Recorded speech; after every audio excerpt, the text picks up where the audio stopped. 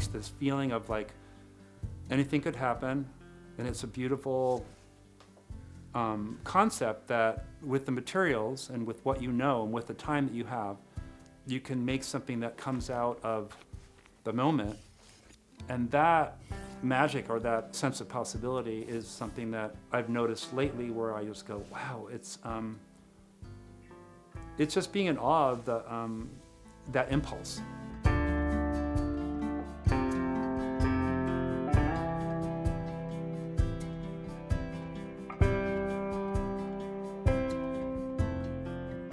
This is a story I've told a million times, and I can't even tell it's accurate, because if I really think about it, there's probably something earlier. But in Buffalo, we lived down the street from the Albright Knox Art Gallery. And I remember going in there as a probably, I don't know, 8, 9-year-old, I can't remember. But they had an Andy Warhol soup can, one of them.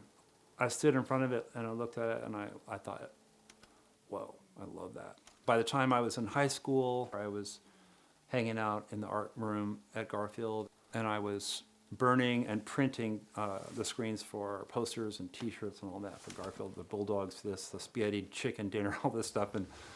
And I think that I was starting to be identified as an artist because I was in there in the art room printing.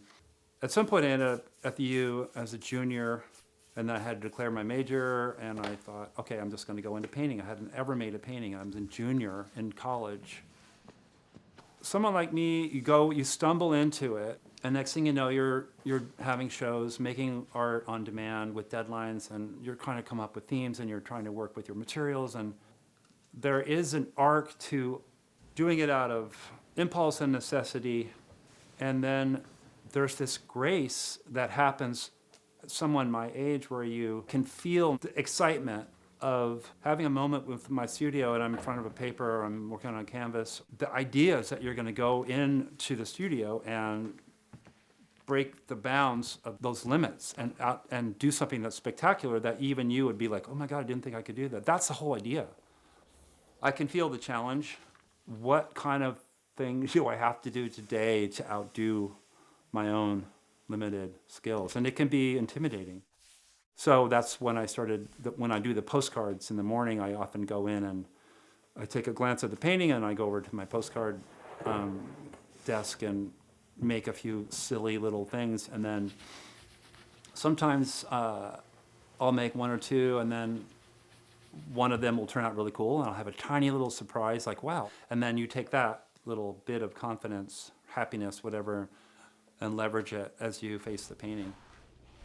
Now it's a postcard project, but initially it was like my friend Steve and I would send postcards whenever I was somewhere else. It was so regular that it became this thing where it became part of the ritual of starting to make work. So I've been sending him postcards for 30 years now, and we're like over 600.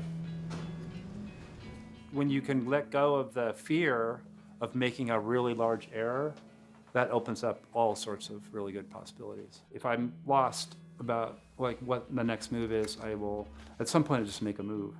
You're wrong like more than half the time, way more than half the time. It's always trial and error, mostly error, and then the good things happen in recovery. It's not what I planned, it's just better.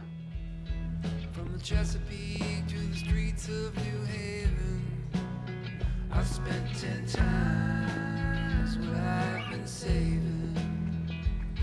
From Montauk to the Indian Mounds, I've lost 10 times what I have found.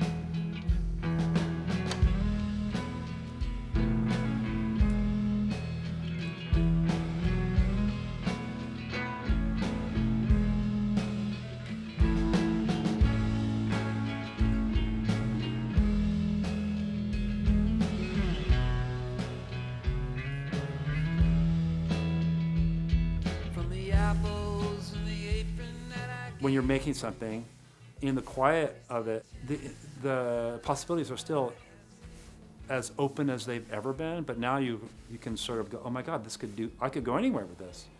Part of my aim with art is really to connect with reaching into that river where everything has passed and everything's going and I want to be part of that river, and I'm also putting myself in it, and I'm taking from it. So when I see the picture, it's like I'm on the thread from the caveman to now.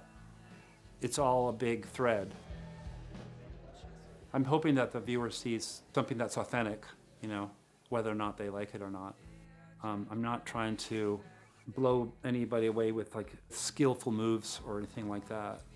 If the stuff looks authentic and they can see that it's authentic, then that's all you can ask.